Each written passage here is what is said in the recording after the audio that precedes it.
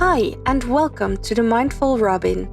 My name is Sandra, and my mission here is simple: to inspire and empower you on your journey to mindfulness, positivity, and finding true happiness. We'll explore creative ways to nurture your mental health, embrace self love, and bring more peace and joy into your life.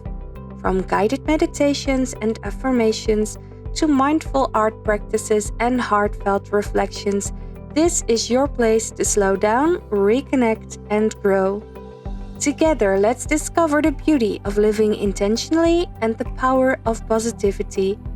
I'm so happy that you're here. Let's get started. Hello, and welcome to the Mindful Robin podcast. I want to start this episode with a question. What if everything you believe about yourself, your struggles, and your limitations isn't actually true? I know that's a big one, but hear me out. I'm not here as someone who has it all figured out. I'm not sitting on top of a mountain, fully healed and enlightened, handing out wisdom like candy. No, I'm right here, in the thick of it, in my own healing journey. A journey that, spoiler alert, has no finish line.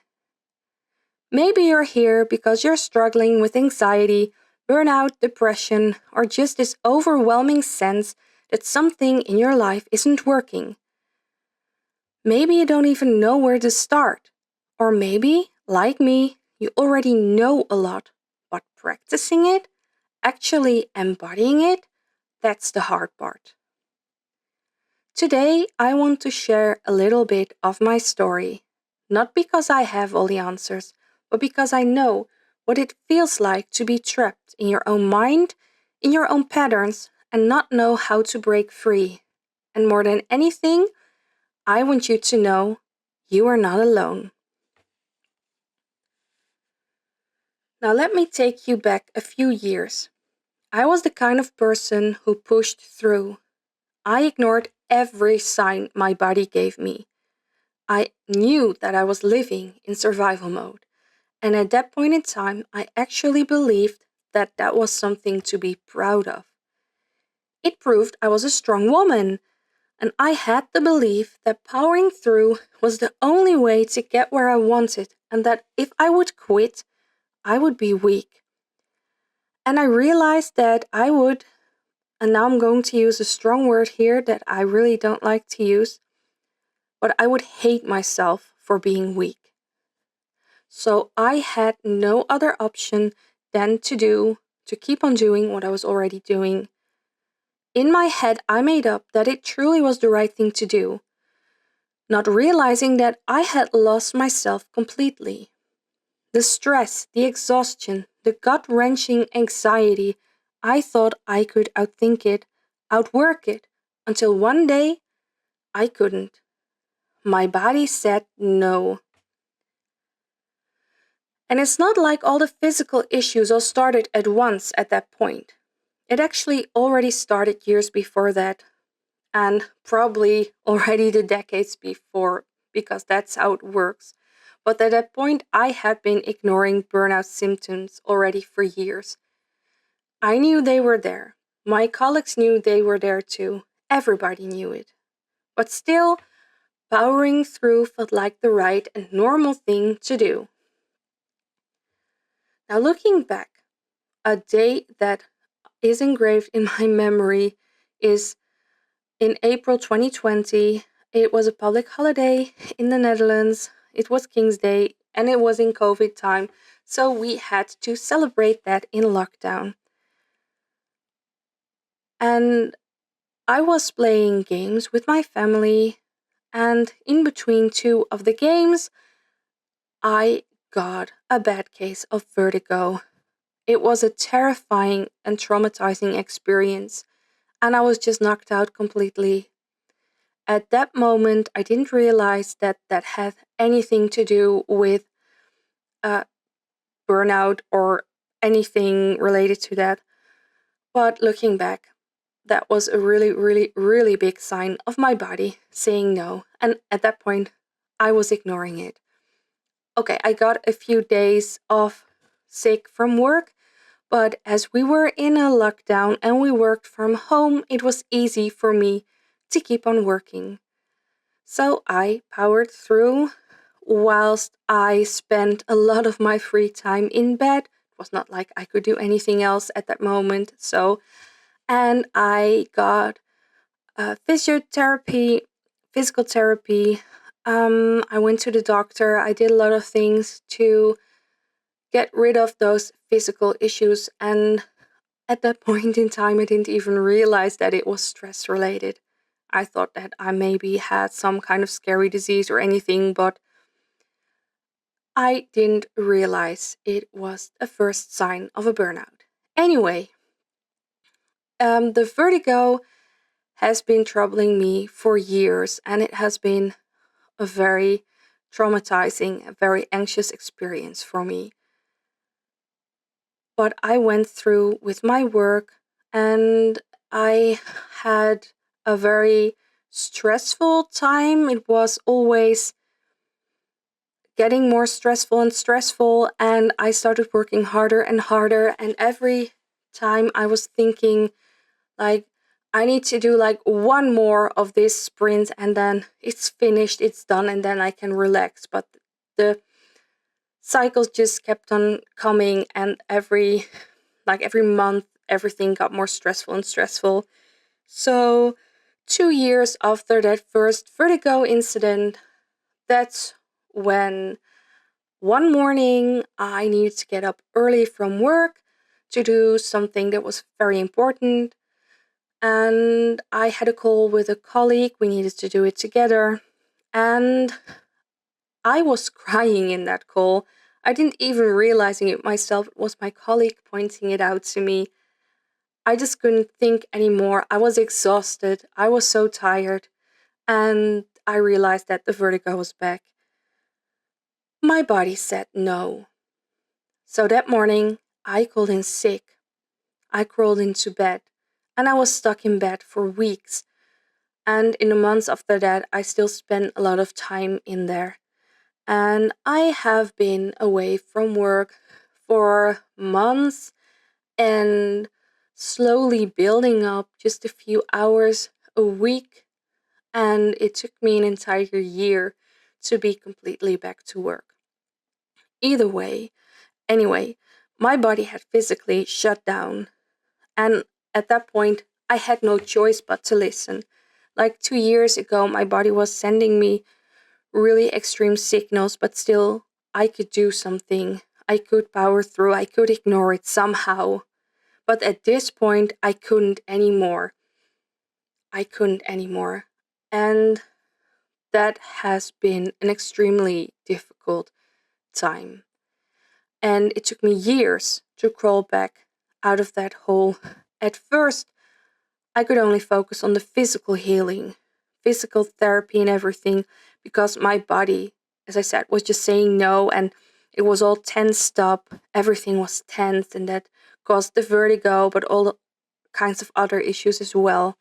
So it took me months of the physical healing before I could even start with the healing of my mind, of my thoughts, and everything. And let me tell you, the first part of the healing the mind was all about quieting the mind. Stop those thoughts. Stop living in my head. Finding peace and calm in my head. So things like meditation and grounding exercises helped me a lot. And it was later that I went further on my healing journey and discovered that the hardest part would become the unlearning the toxic productivity, the self criticism, the belief that my worth was somehow tied to how much I could endure, and all the other patterns and habits. And it's also during that healing journey that I became to realize that I had lost myself somewhere. And that could have been already more than a decade before that, but I had lost myself and I needed to get to know myself again. So I can talk about this for a very, very long time. I can talk you through all the details, but that's not what I want to do at this point. What I want to say is that at this point, I'm better. Not perfect, not done, but better. And because I've been through that, I look around and see so many people on the edge of that same cliff, pushing themselves past their limits, ignoring the whispers of their body until it screams. And I just want to shake them and say, please don't wait until you break. But here's the thing, most people won't listen, at least not in the way we want them to. And I get it, because I was that person. Maybe you are too. Maybe someone you love is. The thing about our minds is that our minds, they want to keep us safe, but they're not always good at it. Your thoughts, those anxious, critical, overthinking thoughts, are just trying to protect you. They tell you that you have to be in control, that you must figure everything out, that if you stop overthinking, something terrible will happen. And overthinking is actually a coping mechanism that gives us a false sense of control, that we are working on a solution, even though that we are actually just creating an imagining problem that doesn't actually exist. And so when someone says, hey, just meditate, just breathe, just let go, your brain fights it, resists because it doesn't feel safe to change. And of course, it doesn't believe that it would work. You have, people, I had that for a while as well. I had the identity that meditation wouldn't work for me. So the truth is, people only change for two reasons.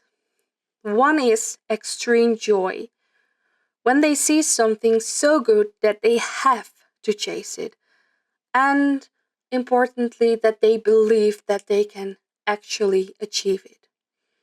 Now, another reason is extreme pain, when they hit rock bottom and realize they can't keep going the way they are. And it's more than a realization, it's actually not having a choice. And if you're like me, and probably like most people, you need to hit rock bottom first. But my hope and my reason for doing this podcast is that maybe, just maybe, I can reach you before you fall all the way down, before you break, before your body forces you to stop. And if you're already there, if you feel lost and broken, then hear me now.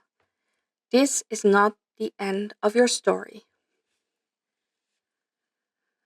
The first step of healing starts with awareness.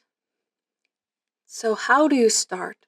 Especially if your mind is resistant, if your ego is screaming that it wouldn't work anyway, and your ego is screaming that you need to go in this direction that you're already going because your ego doesn't like change. You need to start to realize that you are not your thoughts, and that your thoughts don't necessarily need to be true. What you think often is something that you start believing in. And if you start believing it, then you start acting on it. And when you start acting on it, then it will become a pattern. See where I'm going? If you think negative thoughts and you start to believe them, it becomes your truth. But it's something that you invented in your head. Now, at the same time, if you realize this, that's something so powerful, because it, of course, works the other way around as well. You can start to think positive thoughts, and if you do that often enough, then that becomes your truth. Now, I know it's a really big step to go from here and there, and that's very, very difficult. You need to take very small steps. That's a key here in the healing process, in everything. Take small steps. So let this sink in. The voice in your head, the one telling you that you're not good enough, or that you're stuck forever, or that healing is impossible for you, that is not you. That is a pattern. That is a script you've been running for years. And like any script, it can be rewritten. So the first step in healing isn't forcing yourself to be positive or just do the work. It's simply becoming aware, noticing your patterns, catching yourself when you spiral, recognizing when your nervous system is in fight or flight. Because once you see it, you have a choice. You can keep repeating the same patterns, or you can choose over and over again to do something different, even if it's messy, even if it's a very small step, even if you fail 100 times. Healing isn't about getting it right, it's about showing up for yourself again and again. And I know that at this point, it still can feel so challenging or maybe impossible to get to the point where you are now, to the point that you become aware, that you start noticing your patterns, because you need to actually quiet your mind. And in the moment that you are in that fight mode, you are stressed out, you have hundreds of thoughts racing through your head, and you don't even it's like one big ball of chaos, and you can't focus on any of the thoughts, but they're all going through your head. And that's a very difficult position to think, when especially when someone else says, hey, you need to meditate, that's going to help. There is like no way that you're like, oh yeah, I've got room and space and I feel safe and calm enough to do that. That's one thing. A lot of people feel like they need to be calm first before they start to meditate. Like they need to have room in their head before they can start to meditate. What I want to tell you is that meditation is the key to getting room in your head, to get space in your head. And meditating doesn't need to be like needing to listen to a guided meditation for 30 minutes and, sitting in this uncomfortable position and doing all this spiritual stuff. It's just sitting down. That's what I would suggest that you try. Sit down and make sure that you are in a space, in a room where you feel comfortable, where you feel safe, that maybe even make sure you're wearing comfortable clothes, and just make sure that you're sitting comfortable or lay down comfortable. Maybe close your eyes and then just take in a couple of deep breaths and focus on your breathing. That's like the first step. And even if you do that like a few minutes, of course, a few minutes every day, that is going to make so much difference. The key here is let it be small steps and let it be consistent. So, my final thoughts I wanted to share for this call is that I'm not here to tell you what to do, and I'm saying this right after that I am giving you like big advice on how to find peace and mind. Of course, it's all up to you. You have to decide when you're ready. If you're not ready, if you don't want to change or do anything, then it's not going to work. But when you feel like you want something different, you're ready, you want to change, if something in this episode resonated with you, if you're even a little bit curious about what life might look like, if you weren't ruled by your thoughts, then I want to challenge you. Do one thing today that brings you back to yourself. Like what I just said, those taking in those breaths. Make it like 5 deep breaths, or just like do it for a few minutes. Another thing you can do is just step outside and feel the sun on your face and just be really aware of that feeling of the sun, the warmth, really try to sense that. And maybe, and this is a more difficult exercise, is that when you are thinking, instead of like believing it or listen to that thought, try to observe it. And a trick for this is to, For example, if you think like, I'm not good enough, make it, I think I'm not good enough. Or even, I notice that I'm thinking that I'm not good enough. Those are tricks to get more distance from your thoughts and to observe them instead of becoming them. So these are a few things where change starts. And again, I want to emphasize that keep it with simple, small steps, but really make it consistent. So not only something that you are going to do today, try to do it again tomorrow and the day after that. Try to be consistent, but do something that feels good for you, that feels like an easy step. We do not need grand dramatic gestures. It's the tiny, quiet moments where you choose something different that helps you with the healing process. So, thank you for spending this time with me today. If this episode spoke to you, I'd love to hear your thoughts. Send me a message, share your story, or just take a moment to reflect on what resonated. And if you think that someone in your life needs to hear this, send it to them. Not to change them, but to remind them that they are not alone.